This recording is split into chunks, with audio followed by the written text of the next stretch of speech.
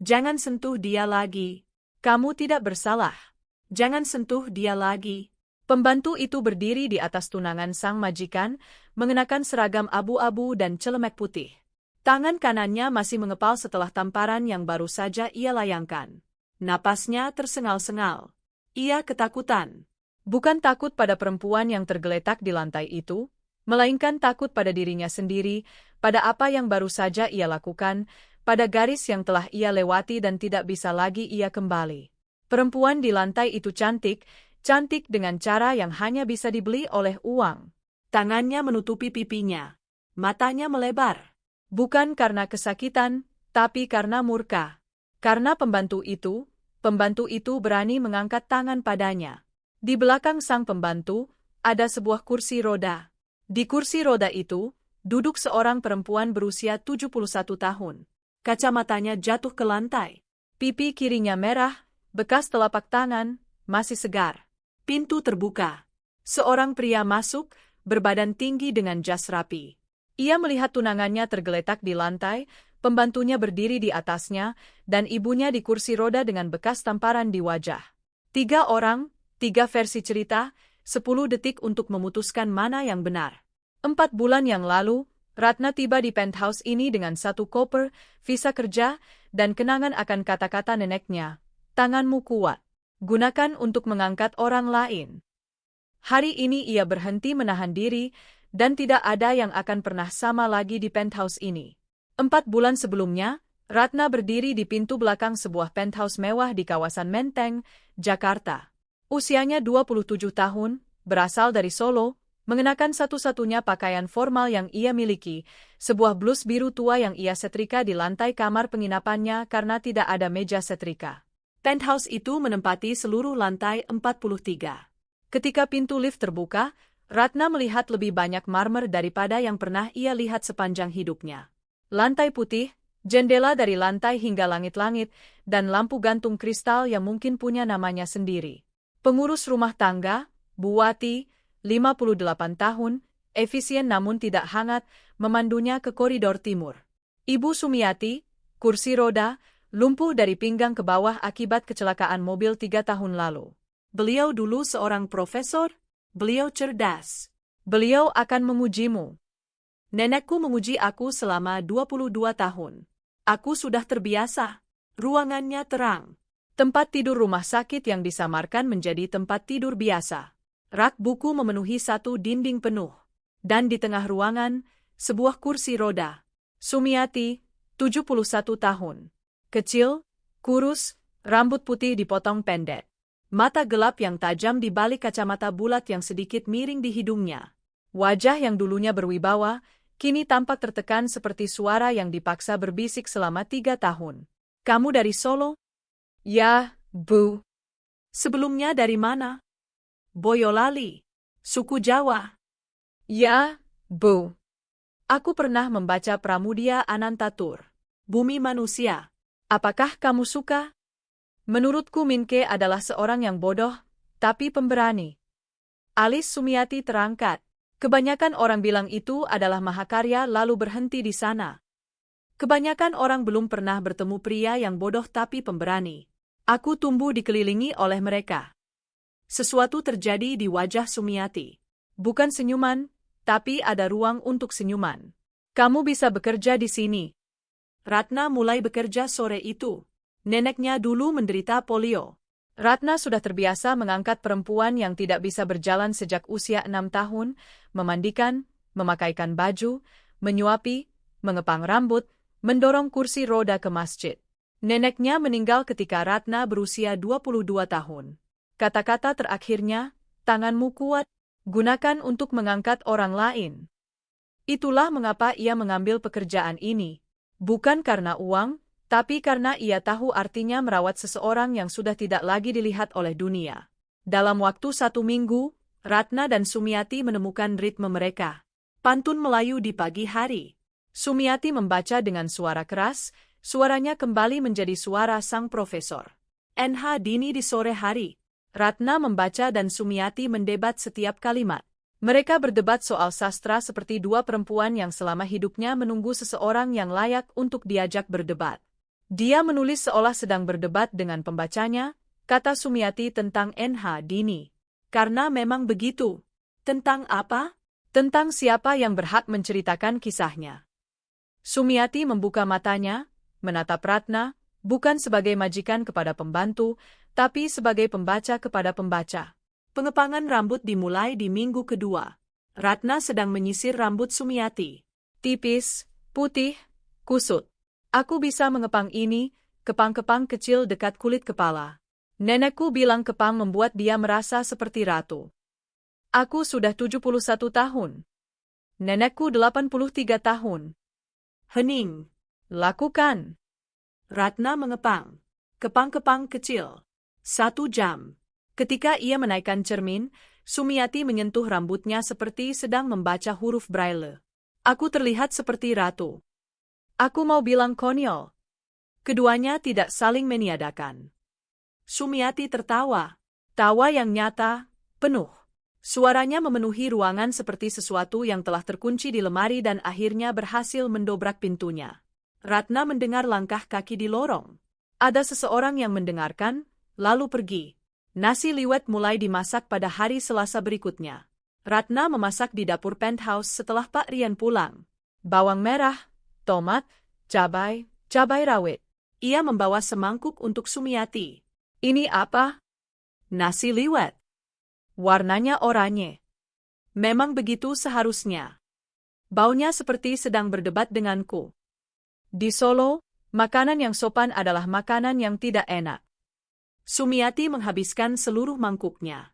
Makan penuh pertama dalam berbulan-bulan. Hari Selasa, kata Sumiati. Hari Selasa? Setiap hari Selasa sejak saat itu. Selasa adalah hari nasi liwet.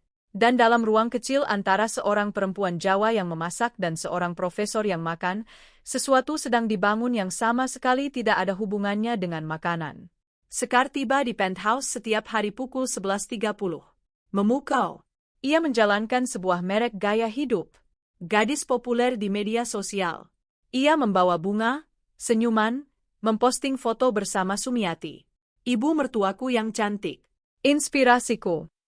Ratna memperhatikan. Ada yang tidak beres. Kehangatan yang nyata itu berantakan. Tersandung. Tertawa di waktu yang salah. Kehangatan Sekar terasa seperti sebuah koreografi. Setiap gestur mendarat tepat di tempatnya. Nenek Ratna dulu sering berkata, ketika seseorang terlalu berhati-hati dengan kebaikannya, mereka menyembunyikan kebalikannya. Hari ke-9. Ratna kembali membawa teh sore. Pintu sedikit terbuka. Suara Sekar pelan. Berbisik. Kamu tahu dia akhirnya akan memasukkanmu ke panti jompo. Setelah pernikahan selesai, fasilitas yang bagus, bersih. Kamu akan punya buku-bukumu, tapi tidak akan punya pemandangan ini, taman ini, anakmu yang mengunjungimu. Karena aku akan menjelaskan padanya bahwa fasilitas itu punya perawatan yang lebih baik, dan dia akan percaya padaku. Dia selalu percaya padaku. Suara Sumiati, kecil. Tolong jangan. Kalau begitu jangan memaksaku. Ketika dokter baru datang, kamu akan bilang padanya bahwa kamu sudah bingung, sering lupa. Apakah kamu mengerti? Iya. Ratna berdiri di lorong, nampan teh di tangannya, jari-jarinya memutih karena mencengkeram pegangan nampan. Ia masuk dengan normal, tersenyum. Sekar menegakkan tubuhnya. Senyuman kembali muncul. Seketika, tapi Ratna sudah mendengar, dan ia mulai mengawasi. Hari ke-12, ia menemukan memar pertama saat membantu Sumiati berganti pakaian, di bagian dalam lengan atas. Ungu, berbentuk 3 ujung jari. Sandaran kursi roda tidak meninggalkan bekas jari. Sumiati menarik tangannya. Aku ceroboh. Aku memandikan nenekku setiap hari selama 16 tahun. Aku tahu perbedaan antara benturan dan cengkeraman. Gerbang itu menutup. Sumiati membuang muka. Tidak ada apa-apa. Hari ke-14. Ratna datang ke kamar Sumiati setelah shift mencucinya. Kursi roda menghadap dinding. Sumiati duduk dalam keheningan, menatap cat putih dari jarak 15 cm. Ia tidak bisa memutar kursinya sendiri. Lengannya tidak cukup kuat untuk menahan bobotnya. Sudah berapa lama kamu seperti ini? Aku tidak tahu. Sekarang jam berapa? Pukul 4. Sejak pukul 11. 5 jam. Seorang perempuan 71 tahun menghadap dinding selama 5 jam karena seseorang memutarnya dan pergi begitu saja. Ratna mencengkeram pegangan kursi, memutarnya kembali ke jendela. Cahaya sore menerpa wajah Sumiati. Ia berkedip seperti seseorang yang baru keluar dari gua. Dia bilang aku perlu istirahat. Bahwa cahaya mengganggu mataku. Apakah memang begitu? Tidak. Ratna tidak berkata apa-apa. Merapikan selimut di pangkuan Sumiati. Menyerahkan buku dari meja samping. Membuka tirai lebih lebar. Pemandangan Teluk Jakarta terlihat. Cahaya masuk membanjiri ruangan. Sumiati membaca. Tangannya gemetar di halaman pertama. Di halaman kedua, mulai stabil. Di halaman ketiga, suara sang profesor kembali, membaca dengan keras. Kata-kata memenuhi ruangan yang sunyi selama 5 jam. Ratna berdiri di dekat jendela mendengarkan. Rahangnya begitu tegang hingga terasa sakit. Hari ke-17. Ratna menemukan kacamata Sumiati tersembunyi di laci lemari. Sekar yang menyembunyikannya. Sumiati sudah duduk dalam keheningan selama 2 hari. Tidak bisa membaca, tidak bisa melihat pemandangan, tidak bisa menjadi profesor, hanya seorang perempuan dalam kekaburan. Ratna menemukan kacamata itu, membersihkan lensanya dengan celemek, berlutut di samping kursi roda, meletakkannya dengan lembut di wajah Sumiati. Seperti cara ia dulu memakaikan kacamata baca neneknya setelah membersihkannya dengan ujung bajunya. Mata Sumiati menjadi fokus. Ruangan itu menjadi tajam, rak buku, jendela, wajah Ratna. Terima kasih, bisik Sumiati. Tangannya gemetar. Malam itu, Ratna berbaring di kamar kecilnya di ujung koridor servis, menatap langit-langit, tidak menangis untuk dirinya sendiri, menangis untuk perempuan di ujung lorong yang tidak mau menangis untuk dirinya sendiri. Hari ke-20, pukul 4 sore. Ratna sedang berada di lorong. Ia mendengar jeritan dari kamar Sumiati, membuka pintu. Sekar berdiri di atas kursi roda. Tangan Sumiati di pangkuannya, merah, membengkak. Sekar sedang menginjak jari-jari Sumiati dengan tumit sepatunya. Oh, Ratna. Aku hanya sedang merapikan selimut ibu. Malam itu, Ratna mengompres tangan Sumiati, membalut jarinya. Kenapa kamu tidak memberitahu dia? Dia akan memasukkanku ke panti jompo. Dia sudah berbulan-bulan bilang kepada Bagas bahwa aku bingung, sering lupa. Dia membawa dokter, bilang padanya bahwa kondisiku menurun. Dia sedang membangun kasus untuk menyatakanku tidak cakap hukum. Kamu adalah orang paling cerdas yang pernah aku temui. Tidak masalah aku seperti apa. Yang penting adalah apa yang dia buat anakku pikirkan tentang aku. Dia sudah memikirkan segalanya, Ratna. Dia tidak lebih cerdas. Dia lebih kejam. Keduanya adalah hal yang berbeda. Hari ke-25. Ratna menemui Bagas. Kantornya, dinding kaca, meja sebesar kamarnya. Ia menceritakan segalanya. Ancaman-ancaman itu, kacamata yang disembunyikan, memar itu, tumit yang menginjak jari-jari. Ia memanggil Sekar. Sekar tiba. Pertunjukan pun dimulai. Air mata, foto-foto Instagram. Aku mencintai ibumu. Mengapa perempuan ini akan berbohong? Bagas pergi ke kamar Sumiati. Ratna mengikuti. Sekar mengikuti. Bu. Ratna berkata, Sekar sudah menyakitimu. Apakah itu benar? Mata Sumiati beralih ke Sekar yang berdiri di belakang Bagas, wajahnya penuh cinta dan kepedulian. Tapi matanya yang terkunci pada Sumiati berkata, panti jompo, fasilitas itu, sendirian. Tidak, pembantu itu salah paham. Sekar sangat baik padaku. Bagas berpaling ke Ratna. Ibuku sudah berbicara. Dia takut. Jika kamu terus membuat tuduhan yang tidak berdasar, aku akan mempertimbangkan kembali posisimu. Ia pergi. Sekar melirik Ratna dari ambang pintu. Air matanya sudah hilang. Yang tersisa di baliknya adalah dingin. Ratna berdiri di kamar Sumiati. Perempuan tua itu menatap pangkuannya. Maafkan aku, Ratna. Jangan minta maaf. Marahlah. Aku terlalu lelah untuk marah. Kalau begitu aku akan marah untuk kita berdua. Ratna duduk di samping kursi roda, menggenggam tangan Sumiati, tangan yang jarinya masih membengkak. Jangan tinggalkan aku sendirian bersamanya, bisik Sumiati. Aku tidak akan pergi kemana-mana. Minggu-minggu berlalu. Ratna tetap tinggal, mengepang rambut, membaca, memasak, berdebat, menemani. Bagas memperhatikan perubahan itu, bukan penganiayaannya, melainkan transformasinya. Suatu sore ia berjalan melewati kamar ibunya dan mendengar tawa. Ia berhenti. Ratna sedang mengepang rambut Sumiati. Keduanya berdebat tentang apakah NH Dini atau Dilestari yang lebih pemberani. Ibunya sedang menang. Dia terlihat hidup. Ia tidak pernah mendengar suara itu dalam 3 tahun. Ia menonton selama 2 menit, lalu pergi. Malam itu di dapur. Ibuku tertawa hari ini. Dia tertawa setiap hari. Dulu tidak begitu. Dulu dia tidak diberi cukup alasan. Apa yang berubah? Ratna berbalik. Aku mengepang rambutnya.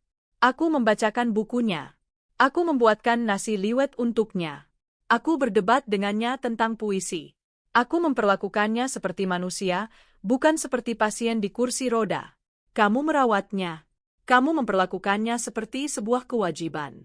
Bagaimana kabarmu, Bu? Baik. Itu bukan percakapan. Itu absensi. Tidak ada yang berbicara kepada Bagas seperti ini. Para direktur tidak berani.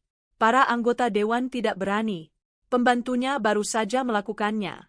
Dia butuh seseorang yang duduk bersamanya, kata Ratna, yang membiarkannya menang dalam perdebatan. Dia adalah seorang profesor. Dia membentuk pikiran orang-orang. Dan dia sudah duduk di kursi roda itu selama 3 tahun tanpa seorang pun yang memperlakukannya seolah dia masih perempuan itu. Ia tidak berkata apa-apa. Tapi malam itu, ia pergi ke kamar ibunya. Duduk bukan selama 10 menit, melainkan selama 1 jam. Sementara itu, Sekar juga memperhatikan perubahan itu.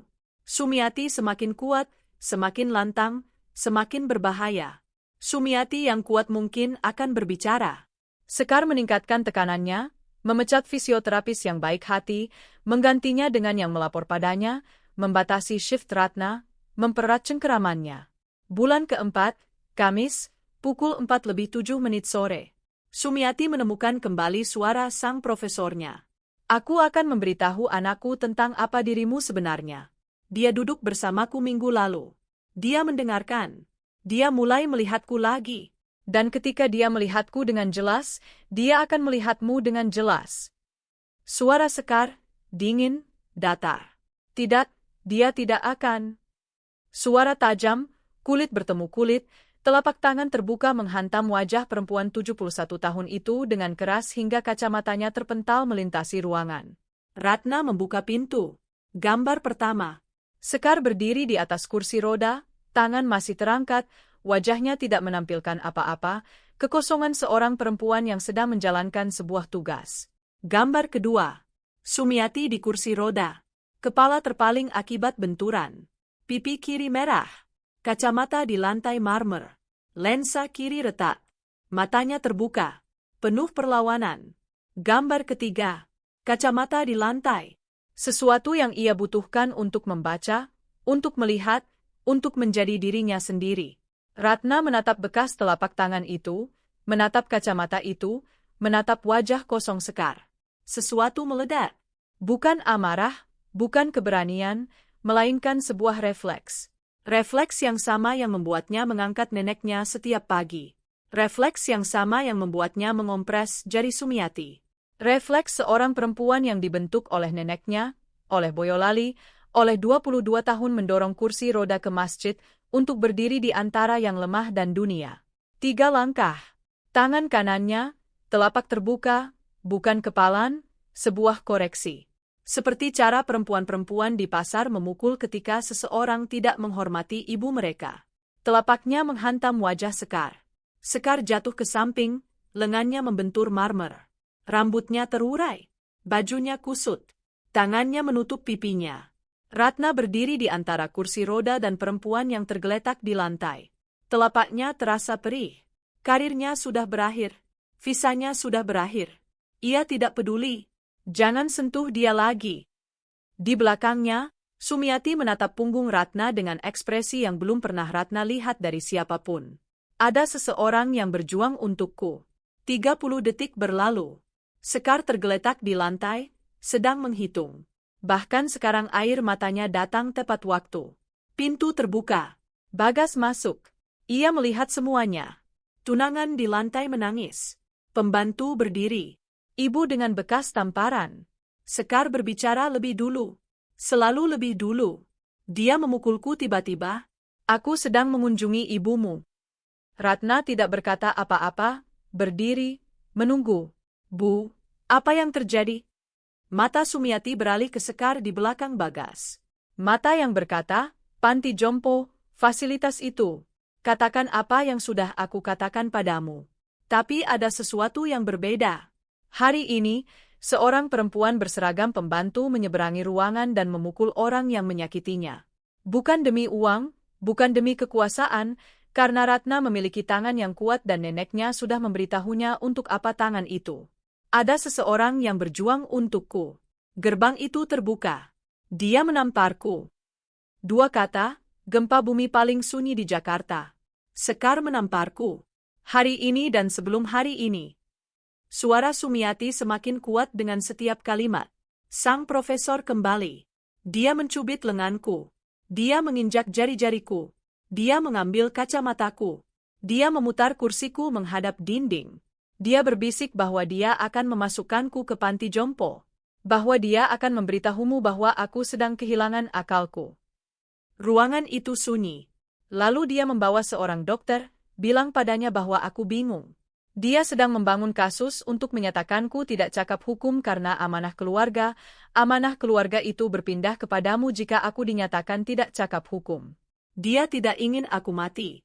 Dia ingin aku dihapus di atas kertas. Bagas menatap Sekar. Air mata itu masih ada, tapi pertunjukannya mulai retak. Sumiati tidak seharusnya berbicara. Dalam 3 tahun, dia tidak pernah berbicara. Sekar tidak memiliki rencana cadangan untuk ini. Dia bingung. Bagas, aku sudah memberitahumu. Ibuku baru saja menggambarkan sebuah kampanye 3 tahun dengan detail kronologis yang tepat. Itu bukan kebingungan. Itu adalah kesaksian. Keluarlah. Kamu memilih pembantu daripada aku. Aku memilih ibuku. Aku seharusnya sudah memilihnya 3 tahun yang lalu. Sekar pergi, suara tumitnya mengklik di atas marmer, semakin mengecil. Pintu lift tertutup. Pergi, tapi belum selesai. Sekar menghubungi polisi pukul 16:14 menit. Pembantu rumah tangga tunangan saya menyerang saya. Secara teknis benar. Ratna memang memukulnya. Hukum tidak bertanya mengapa. Ratna diperiksa. Visanya ditandai. Imigrasi diberitahu. Sekar membocorkan cerita itu melalui seorang teman. Pembantu ganas dari Jawa menyerang tunangan miliarder. Komentar-komentar berdatangan. Deportasi saja. Siapa dia pikir dirinya? Narasi ini milik Sekar. Selalu begitu. Ratna membaca komentar-komentar itu di kamar kecilnya. Tangannya tidak gemetar. Neneknya pernah mendengar hal yang lebih buruk dari tetangga-tetangga yang mengira seorang perempuan di kursi roda adalah hukuman dari Allah. Bagas datang ke pintunya. Aku sudah menyewa pengacara. Untuk apa? Karena kamu melakukan apa yang seharusnya aku lakukan. Aku memukul tunanganmu. Kamu memukul perempuan yang menyiksa ibuku. Pengadilan mungkin tidak setuju. Pengadilan akan melihat buktinya. Bukti apa? Aku memasang kamera setelah renovasi. Di setiap ruangan. Semuanya tersimpan di server pribadi. Sekar tidak tahu tentang itu. Ratna terpaku. 4 bulan rekaman. 4 bulan. Mengapa kamu tidak memeriksanya ketika aku pertama kali memberitahumu? Ia tidak punya jawaban karena jawabannya adalah ia tidak mau melihat. Aku sedang menontonnya sekarang. Hal paling sunyi yang pernah dikatakan pria keras ini. Ia menonton malam itu. 6 jam sendirian di kantornya, layar bercahaya dalam ruangan gelap. Ia melihat Sekar menyembunyikan kacamata, metodis, membuka laci lemari, meletakkannya di dalam, menutupnya, berjalan keluar, meninggalkan seorang perempuan 71 tahun dalam kekaburan. Ia melihatnya memutar kursi roda menghadap dinding. Tangan Sumiati mencengkeram sandaran kursi, mencoba memutar dirinya sendiri, terlalu lemah, menyerah, duduk berjam-jam, menghadap cat putih. Sementara Teluk Jakarta bersinar di belakangnya. Ia melihatnya menginjak jari-jari Sumiati. Jeritan yang terpotong. Senyuman di wajah Sekar. Bukan kekejaman. Sesuatu yang lebih buruk. Kebosanan. Dia bosan dengan rasa sakit perempuan tua itu. Itu sudah menjadi rutinitas. Ia melihat ancaman-ancaman yang dibisikkan. Audio cukup jelas untuk mendengar setiap kata. Dia akan memasukkanmu ke panti jompo. Kamu akan mati sendirian. Dia akan percaya padaku. Ia menonton wajah ibunya menyerap setiap kata. Menonton sang profesor menyusut. Menonton tekanan itu terjadi secara langsung, seorang perempuan yang dibuat semakin kecil, kunjungan demi kunjungan, bisikan demi bisikan. Dan ia melihat Ratna. Ratna mengepang rambut, jari-jarinya lembut dan sabar, kepang yang sama setiap minggu, dan wajah Sumiati berubah dari tertekan menjadi hidup seiring kepang-kepang kecil itu terbentuk. Ratna menemukan kacamata yang disembunyikan, membersihkannya dengan celemek, berlutut di samping kursi roda, meletakkannya di wajah Sumiati. Ratna memutarkan kursi roda dari dinding kembali ke jendela dan cahaya menerpa wajah Sumiati dan perempuan tua itu berkedip seperti seseorang yang baru keluar dari gua. Ratna memasak nasi liwet. Uapnya mengepul. Sumiati menghabiskan seluruh mangkuknya. Ratna menggenggam tangan Sumiati yang membengkak. Ratna duduk di samping kursi roda di malam hari, tidak berbicara, hanya ada di sana. Dua perempuan di ruangan yang sama selama 4 bulan. Satu menghancurkan, satu membangun kembali. Ia menonton rekaman hari ini terakhir. Tamparan Sekar, kacamata terpental, Ratna menyeberangi ruangan, telapak tangan terbuka. Jangan sentuh dia lagi. Ia menontonnya 3 kali. Pada penayangan ketiga, ia melihat sesuatu yang terlewat. Setelah tamparan itu, setelah Sekar jatuh, tangan Ratna gemetar. Seluruh tubuhnya gemetar. Dia ketakutan, tapi dia tidak melangkah menjauh dari kursi roda. Dia menanamkan dirinya di antara Sumiati dan perempuan yang tergeletak di lantai dan dia tidak bergerak. Bagas menutup rekaman itu, membuka dokumen amanah.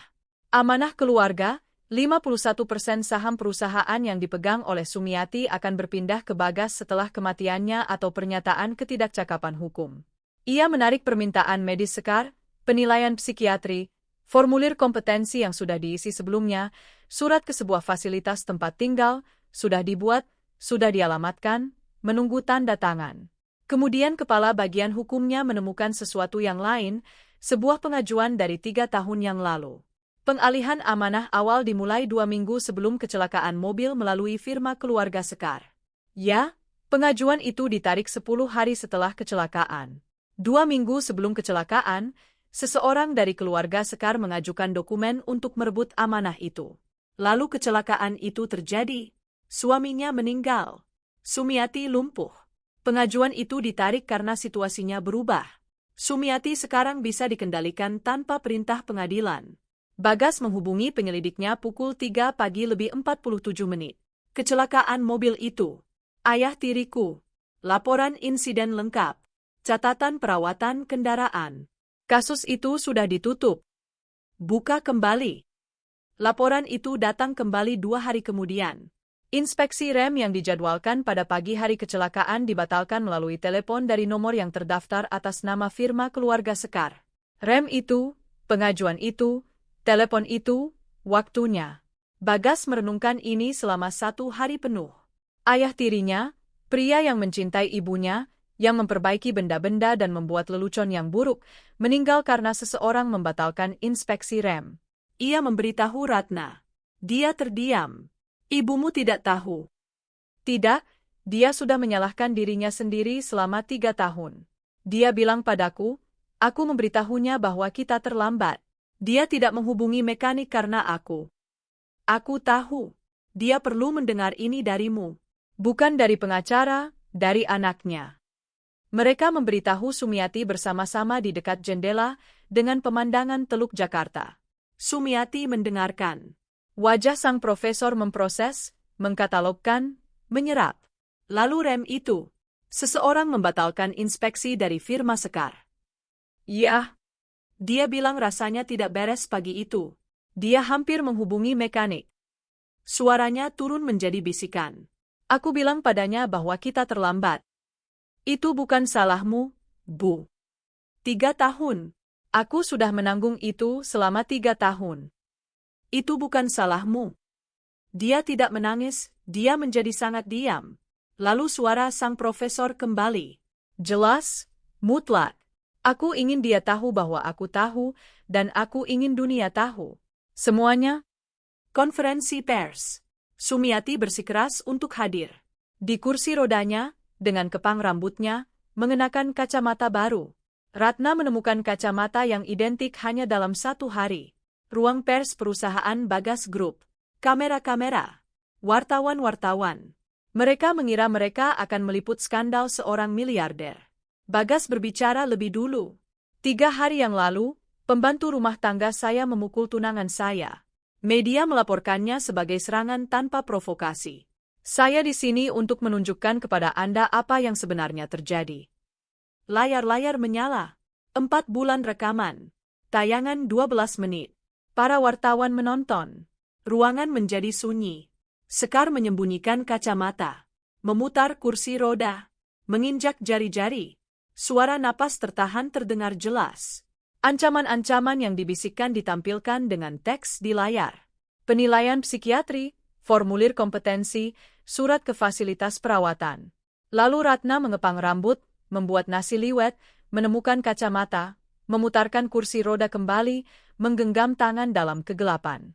Kemudian tamparan Sekar, kacamata terpental, Ratna menyeberangi ruangan, telapak tangan terbuka. Jangan sentuh dia lagi. Ruangan itu meledak. Kamera-kamera berkedip. Bagas mengangkat tangannya. Masih ada lagi.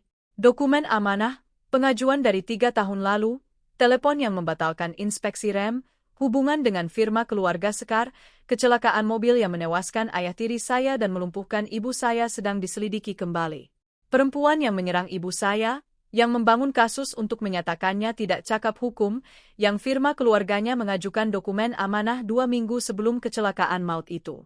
Perempuan itu adalah Sekar.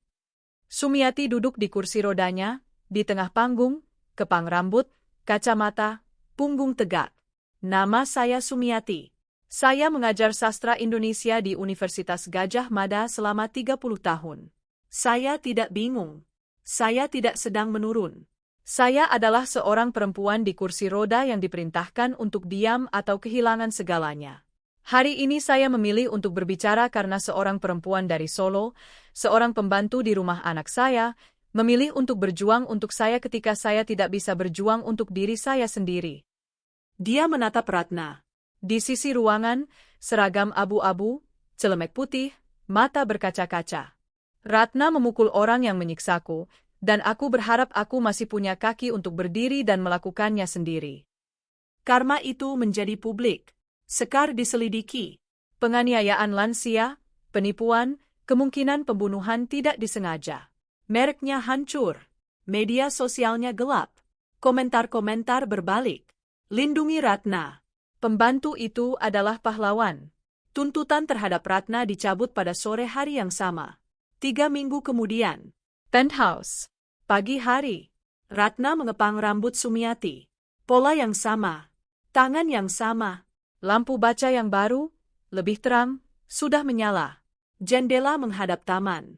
Kursi roda berada dalam cahaya. Tidak pernah lagi menghadap dinding.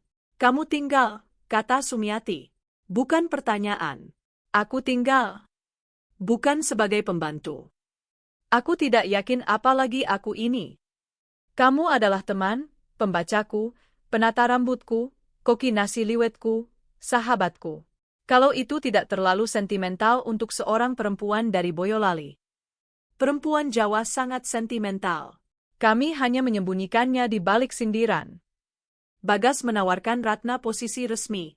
Pendamping penuh waktu, gaji yang layak, sponsor visa. Dia menerimanya dengan satu syarat. Aku bertanggung jawab kepada ibumu. Bukan kepadamu. Sepertinya begitulah cara segala sesuatu bekerja di rumah ini sekarang. Dia berkata, pria yang cerdas, lambat belajar, tapi cerdas. Malam itu, Selasa, Ratna sedang di dapur membuat nasi liwet. Aromanya memenuhi lorong. Pak Rian telah menyerahkan dapur setiap hari Selasa tanpa protes. Kini, sebuah perjanjian yang ditandatangani dalam keheningan. Bagas masuk, duduk di meja dapur, menonton dia memasak. Kamu mengubah segalanya di rumah ini. Aku membuat nasi dan mengepang rambut. Ibumu yang melakukan sisanya. Kamu memukul tunanganku. Mantan tunangan. Kamu memukul mantan tunanganku demi ibuku. Kamu hampir dideportasi. Kamu tidak ragu. Aku ragu selama 4 bulan. Itu sudah cukup lama. Hening. Dia menonton dia mengaduk panci. Cabai rawit mendidih. Aromanya tajam dan hidup. Aku tidak tahu bagaimana melakukan ini. Melakukan apa? Merasakan sesuatu untuk seseorang yang bekerja di rumahku tanpa itu menjadi salah. Aku tidak bekerja di rumahmu.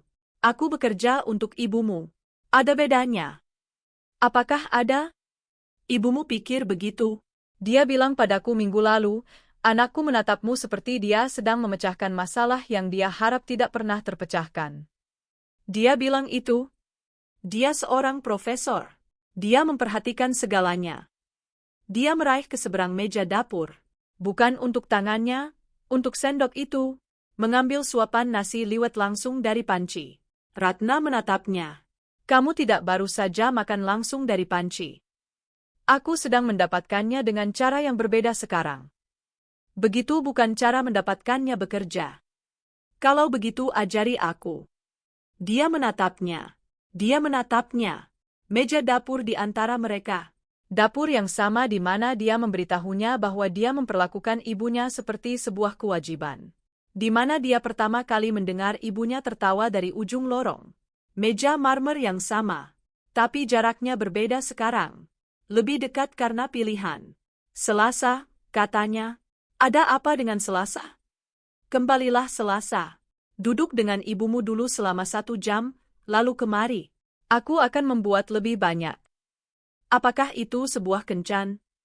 Ini nasi liwet. Jangan merusaknya. Dari ujung lorong, jelas, kuat, suara seorang profesor yang mendengar segalanya. Aku bisa mendengar kalian berdua. Dan ya, itu adalah kencan. Ratna tertawa. Bagas hampir tersenyum. Suara seorang perempuan tua yang terdengar hingga seluruh penthouse adalah suara sebuah rumah yang menjadi sebuah rumah tangga. Koridor timur. Pagi hari.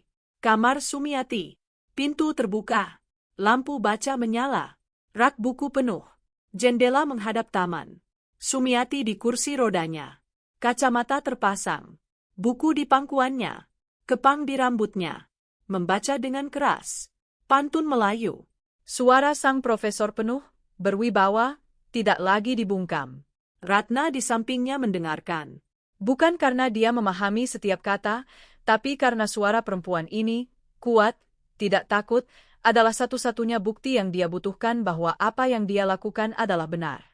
Di ambang jendela, 2 foto berbingkai. Sumiati dan almarhum suaminya.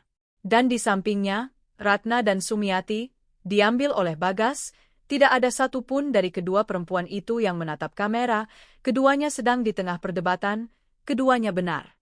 Dia datang ke Jakarta dengan 1 koper dan visa kerja. Dia mengambil pekerjaan karena dia tahu cara merawat seorang perempuan di kursi roda.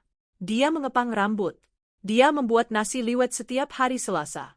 Dia berdebat tentang buku dengan seorang profesor yang sudah tidak berdebat selama 3 tahun. Dan ketika dia melihat bekas telapak tangan di wajah profesor itu, dia menyeberangi ruangan dan menggunakan tangannya yang kuat seperti yang neneknya ajarkan, bukan untuk memukul, tapi untuk mengangkat seseorang. Ada orang-orang yang menunggu seumur hidup mereka untuk mendapat izin melakukan hal yang benar. Ratna tidak menunggu. Dia melihat kacamata yang pecah di lantai marmer dan dia bergerak. 5 kata, telapak tangan terbuka, seragam pembantu, dan seorang perempuan 71 tahun di kursi roda yang sudah tidak tertawa selama 3 tahun. Tertawa setiap hari Selasa karena seseorang akhirnya membuatkan dia nasi liwet. Tetap berani. Tetap dicintai.